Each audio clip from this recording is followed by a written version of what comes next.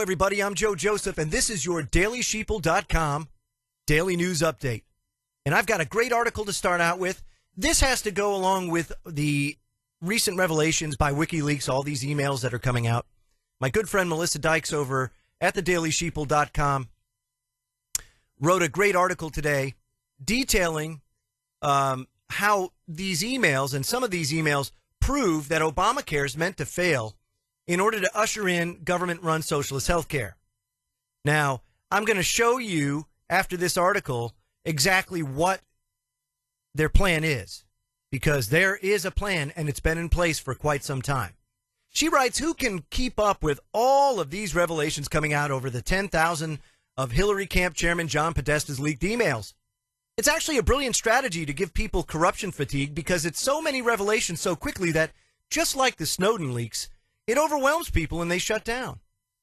Toss something about learned helplessness in there, and we're about on target for what's going on with Hillary right now. It's actually pretty amazing she'll be able to show her face at these debates. And, of course, there's a debate that is going on at the 19th night of the 19th here. And it says, but this particular email is key to just how utterly fake and fraudulent our government really is. And boy, let me tell you, it is corrupt. Remember when Nancy Pelosi infamously told Congress that they had to pass the Affordable Care Act bill so they could find out what was in it?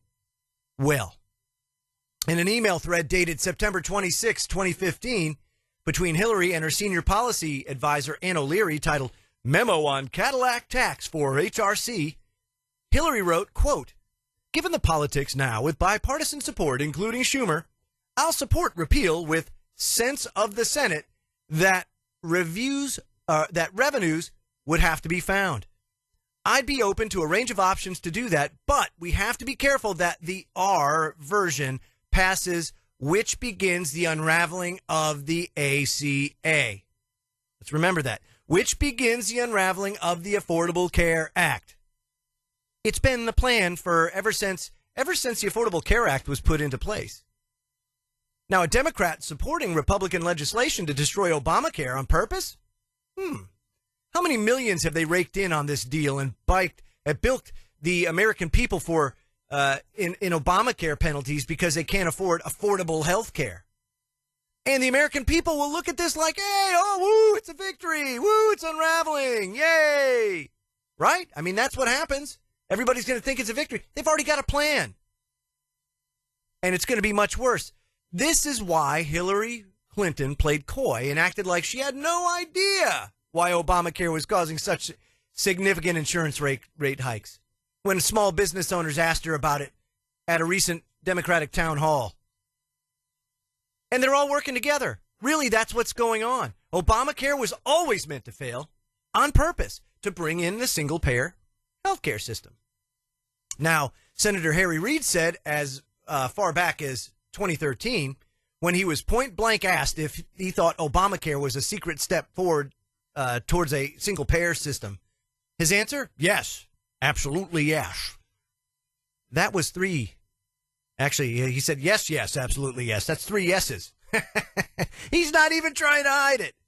Obamacare was put in place purposefully to destroy private health care and put the government in charge of America's health care, which is really sick care.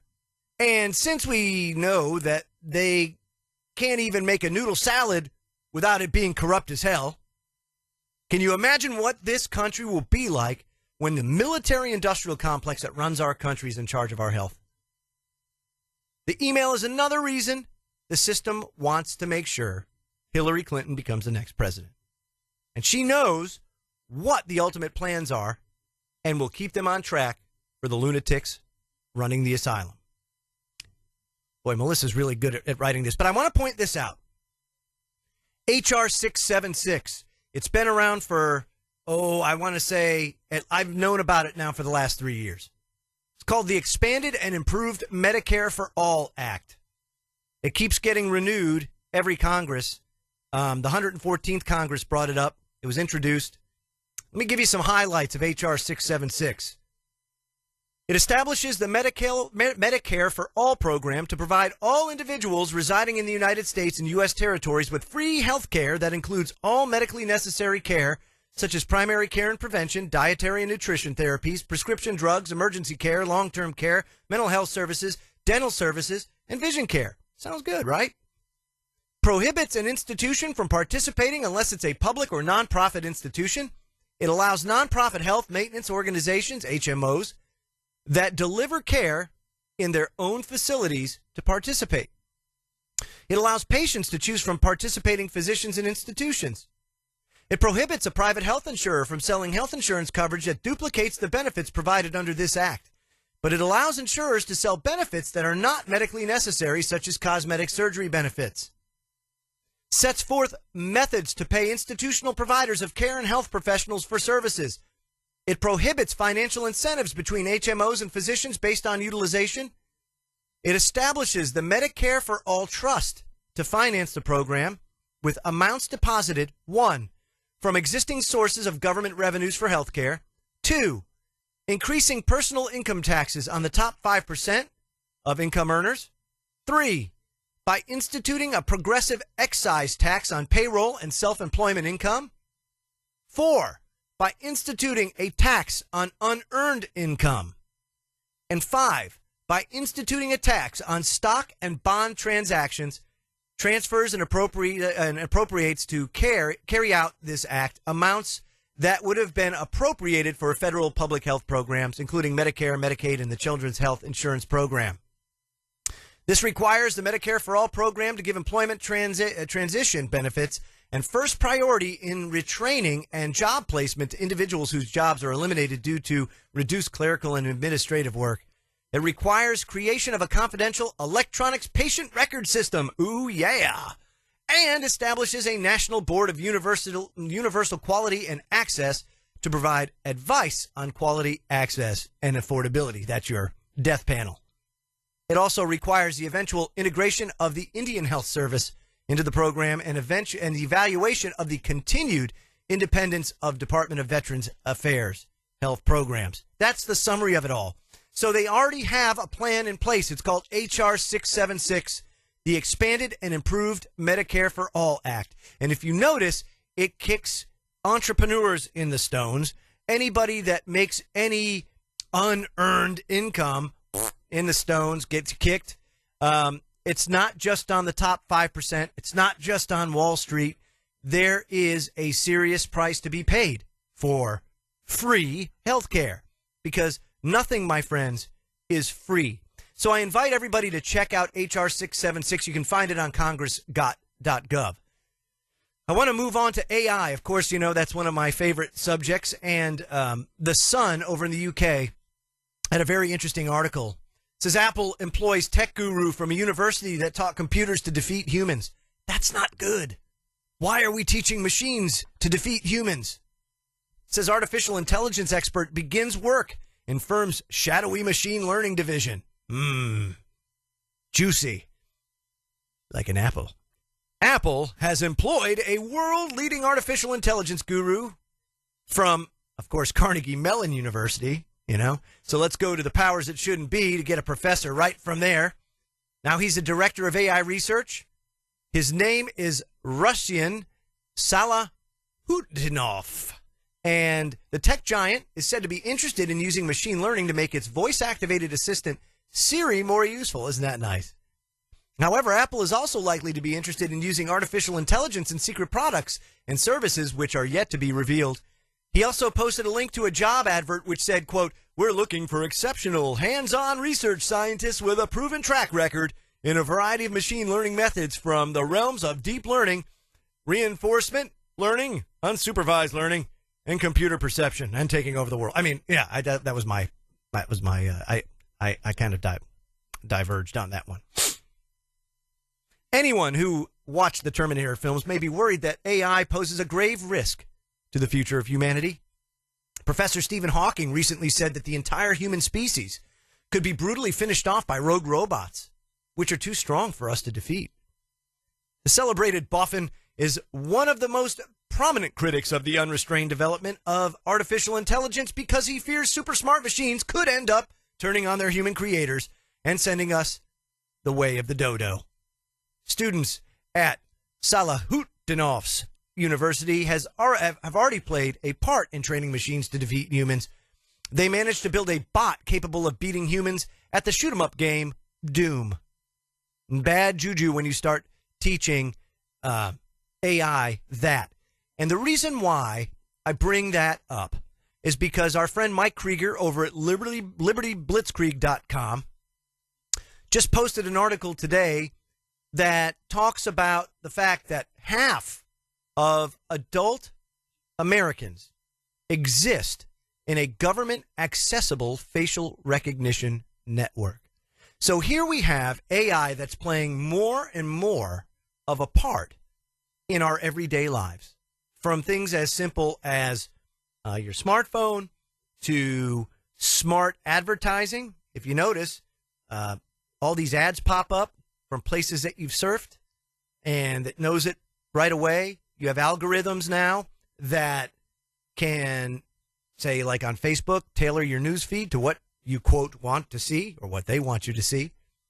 So AI has become increasingly more prevalent in our lives.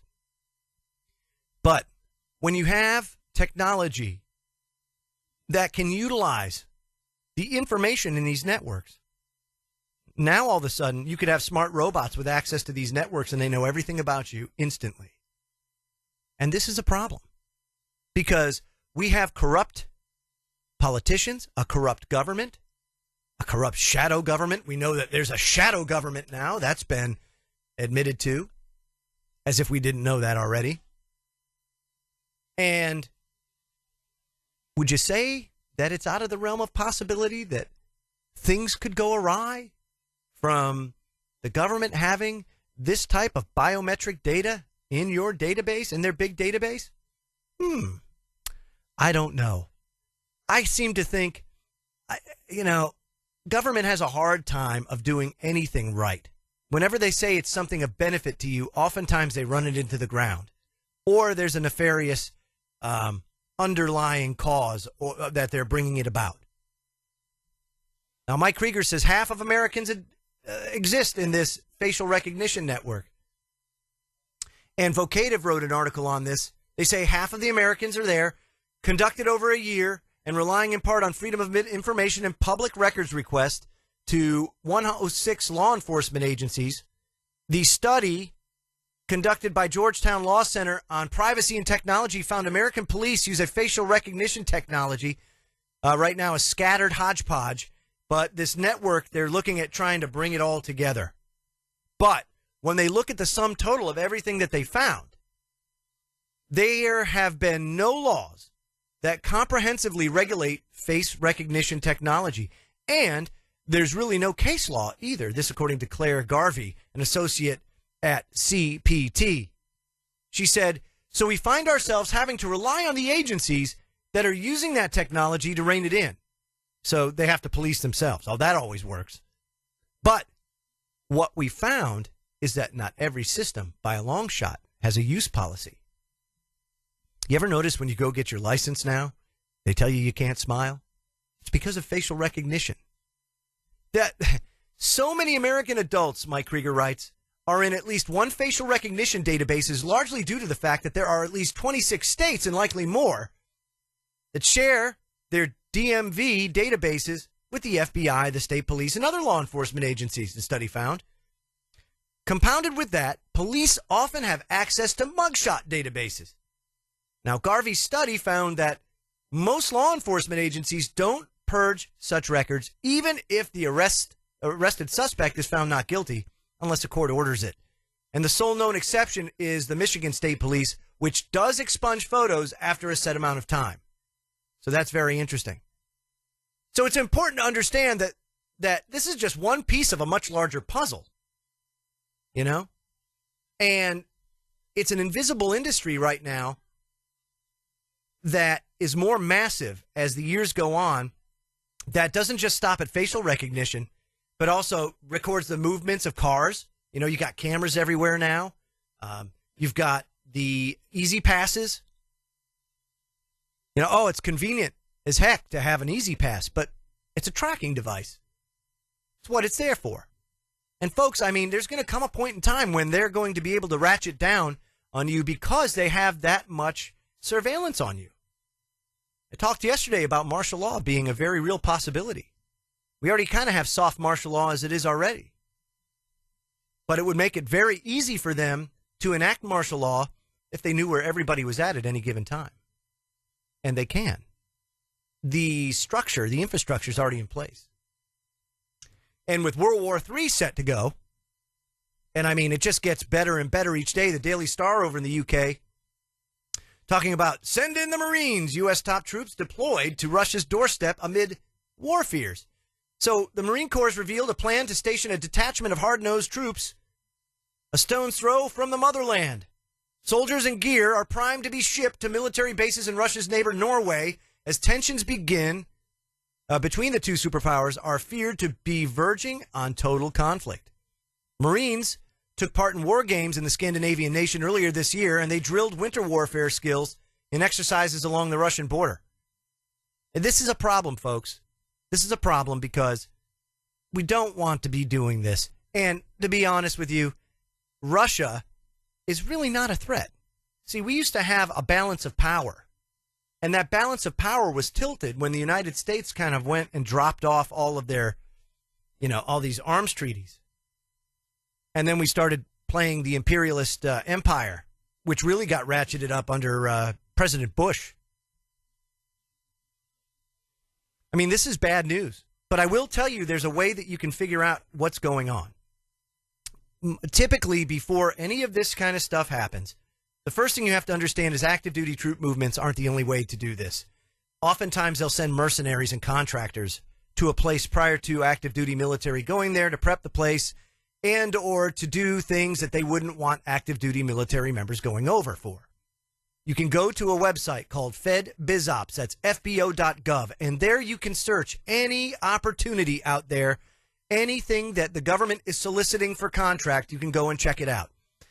I went on Alex Jones' radio broadcast in 2011 and taught people how to use FedBizOps. It's very easy to use. You can go and check it out. There's a search engine involved.